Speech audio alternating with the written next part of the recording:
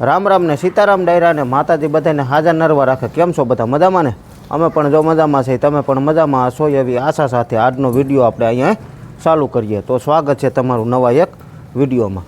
આપણે સવારના જો 7:45 જેવું થાય છે ને આપણે ઝાકર જ એટલો આવ્યો છે અને વાવવા જવાના અત્યારમાં તલ એક કાળા છે, પછી એક સફેદ છે અને પછી આપણે આપણા ઘરના તલ વાવવાના છે. એવું બધું છે ને. જો ગૌ માતા અહીંયા બંધાઈ ગઈ મીરા. જય ગૌ માતા. મીરા જો અહીંયા મકાઈ ને એવું ખાય છે. જય ગૌ માતા. અને નંદી બાળકને અંદર બાંધ્યો છે, એ પણ મકાઈ મીંડો ખાવા આવે. જો અંદર બાંધ્યો છે, જાય અંદર યો મકાઈ ને એવું ખાય છે એ. હાલો આપણે ઓરણી તો તૈયાર છે ને ટ્રેક્ટરની સાફ સફાઈ હવે જો વિકાસ મીંડો કરવા. કાનું એ કાનું શું કરે દીકુ તું? હાલો કયો રામ રામ. અરે વાહ વાહ વાહ. અને આ ઝાકર એટલો આવ્યો હોય ને તો જો કાયદેસર છે ને વરસાદ આવ્યો હોય ને એવી રીતે નેવા સૂવા મીંડા. જો હો હરવા નેવા સૂવા મીંડા એટલો ઝાકર આવેલો છે. ફરતી બાજુ છે ને બધું પેક છે. તો હાવ બધું પેક એટલો ઝાકર આવેલો છે. હાલો જો વિકાસ મીંડો છે સાફ સફાઈ તો એનો વારો ચડાવી દીધો. કેમ આજ થોડોક વહેલો નહીં, ઓમ હું મોડો છું. હા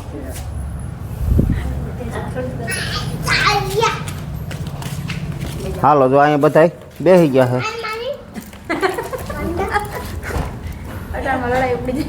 સીતારામ ને જય શ્રી કૃષ્ણ બધાયને. લડાઈ તો ઉપડી જાય ચાલુમાં નક્કી ન હોય પપ્પા દીકરાને. રામ રામ ને સીતારામ બધાયને. જો બાય બેસી ગયા. બાને કાલ થોડીક તકલીફ થઈ ગઈ હતી.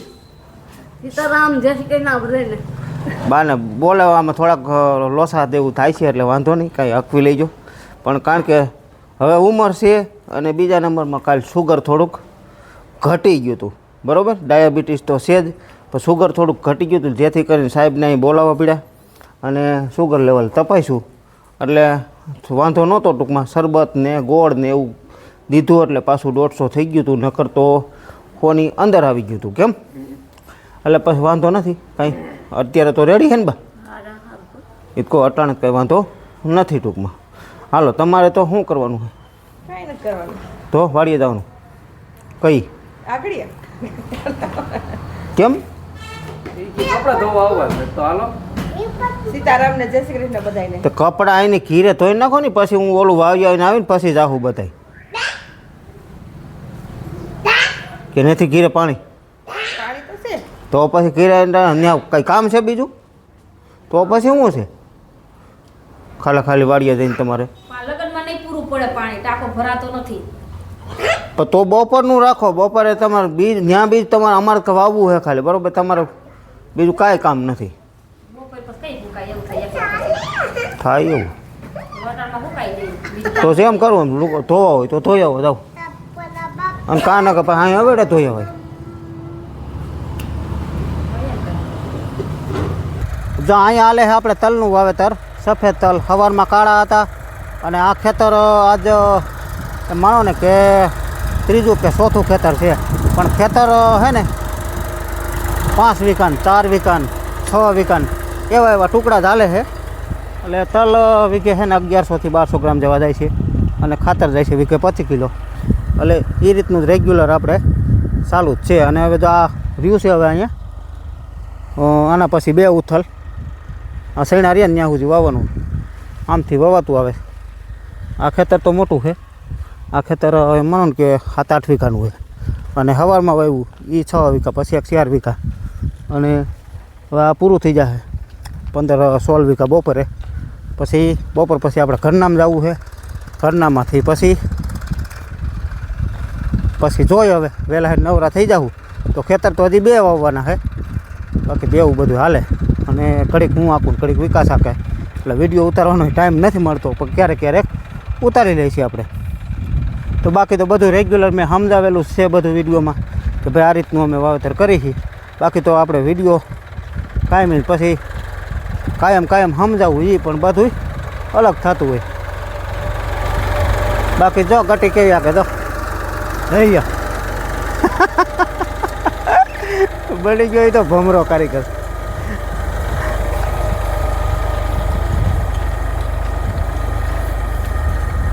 નકરી મજા જ આવ્યા રાખે એને ને મને બેયને.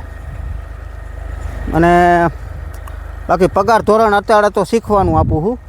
ભલે આપણે એમને કોઈ નાનો માણસ એવું કોઈ બહુ મોટા માણસોય નથી બરાબર, આપણે નાના ને એ નાના બે સરખા છે ટૂંકમાં બરાબર. પણ પગાર ધોરણ જે ભરતભાઈને આપતો એટલું નથી આપતો, પણ 400 રૂપિયા મજૂરી સૂર્યને થાય ને 300-400 રૂપિયા એ રીતનું ટૂંકમાં હું દઉં ને એટલા પૂરા નથી લેતો, પાછા દઈ દે મને થોડા ઘણા. એટલે 4-5,000-2,000 રૂપિયા દઉં ને એટલે વાપરવા પૂરતા દઉં છું ભાઈ, ખોટું ક્યાં કહેવાનું બરાબર. પણ પછી હરખો કમ્પ્લીટ થઈ જાય પછી જો કે એ લેવાનો છે ટ્રેક્ટર, એ લે તો એનું આખીએ, મારું આખીએ તો પછી 1,000 રૂપિયા મજૂરી કરી દઈએ આપણે ભરતભાઈને, જે દેતો 800-900 રૂપિયા. અને આ નહીં પણ ટૂંકમાં એ રીતનું દઈ. આપણે ગામમાં તલ વાવતા તો એ વવાઈ ગયા છે અને વિવાસી હવે આપણી વાડીએ.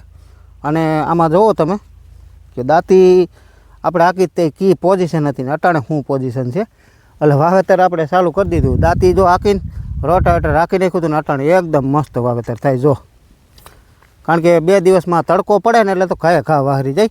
બાકી છે ને કાળા તલને હવે થતું હોય આપણે મોડું, કારણ કે આ બાજુનું ખેતર ઉગી ગયું અને હજી આમાં વાવવાનું હાલે છે બરાબર. તો મોડું થતું એટલે એટલા માટે ગારો મહૂંદવો જ પડે ને. અમારે ડેમવાળાને આમ જ હોય, ડેમવાળાને જેને જમીન હોય ને એમાં ગારામાં જ મહૂંદવાનું હોય. આપણે મકાઈ વાવી તૈયારી આમ જ હતું અને અટાણી તો આમ, એટલે કાંઈ વાંધો નથી.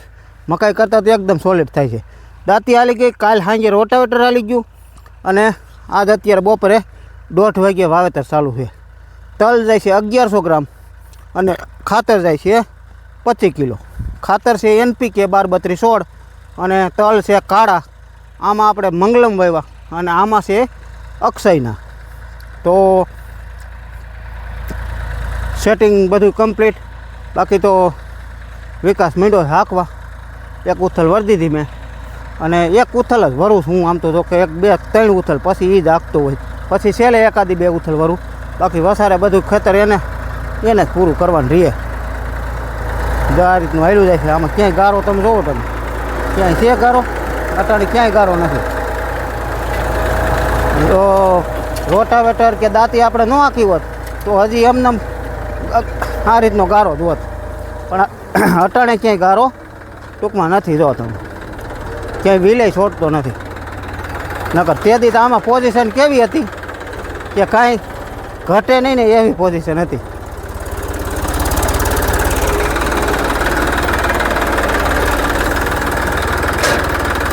એટલે એનું મેન કારણ એવું છે કે નીચે છે ને ટાઇલ્સનો ભાગ છે અમારે, એટલે આમાં ટ્રેક્ટર તો ખૂતે જ નહીં. માથે જ કાળી માટી છે, બાકી ટ્રેક્ટર તો ખૂતવાનો પ્રશ્ન હોય જ નહીં. બાકી તે રીતનું છે. હાલો માંડી ફેંકવા, એટલે આ કટકી પહેલાં વાવી પછી ઓલી બાજુનું વાવીશું. તો છે ને દાળ તલ છે. ક્યાં છે? અક્ષયના બ્લેક. અક્ષયના બ્લેક તલ તો ઓના જેવા જ છે. કેમ આપણે જે મંગલમ નીકળ્યા હતા ને એવા જ છે. મસ્ત છે જો, એકદમ ક્વોલિટી. ઓના જેવા તો એટલી ક્વોલિટી. આ એક ખેતર વવાઈ ગયું, હવે એક રહ્યું છે. ગારો કરતા જ વવાઈ ગયું. કા હા, હજી તો 2-3 દી કેળે કેમ કહેતા હતા ઉલસવું જો હે ડોલે એ મહરી નાખ્યું. કા વિકાસ મકડી નહીં. હા, પરમ કાલ દકુડે મહરી નાખ્યું. તો કંઈક આ રીતનું થયું છે. આ પસાટમાં તો હોય જ અમારે દર વર્ષે આવું જ હોય, પણ તોય છતાં વાવી દે અમે રાખ્યું વીસીને. કા એટલે થઈ જાય રેડી. ઓન થોડોક વધારે ગારો, પોર એટલો બધો નહોતો. પોર તો આપણે ખાલી થયા પછી ત્યાં રેવલ કર્યું હતું, એટલે પછી તો કાપ કેટલો નાખ્યો, ઘણું ફૂંકાઈ ગયું હતું હાવ. ઓન થોડોક વધુ ગારો છે. જેમ આપણે ઓણ ઉપલા ખેતરમાં મજા આવી ને એવી આમાં પોર મજા આવી. ઓન થોડુંક કહુબું તો થાય આમ. પછી શું છે, આ પાણીવાળો થોડુંક વધારે કહુબું થાય, કારણ કે પસાટું મને એમ રિપેર કરવું ને એમાં ખપારી પાવડો કાંઈ અડે. હા, ટોટા ટ્રેક્ટરનું વ્હીલ જે આવેલું હોય ને ત્યાં કાંઈ પછી અડે નહીં એવું થઈ જાય. કારણ કે આ પસાટુમાં જો વધારે ગારો છે. પણ રોટાવેટર તોય હાલી ગયો ને એટલા બાઇક સાડી થઈ. બાકી નકર આમાં રોટાવેટરમાં રોલ થઈ જાય જો હાવ. અને હવે પાણી કાયમી જો હાવ વેનમાં મીંડું જવા, એટલે એમાં જ પાણી કાંઈ 20-25 દિવસ તો કાંઈ ખૂટશે નહીં. જો પાણી હવે હાવ વેનમાં વહી ગયો. આ નાખજો હાલો.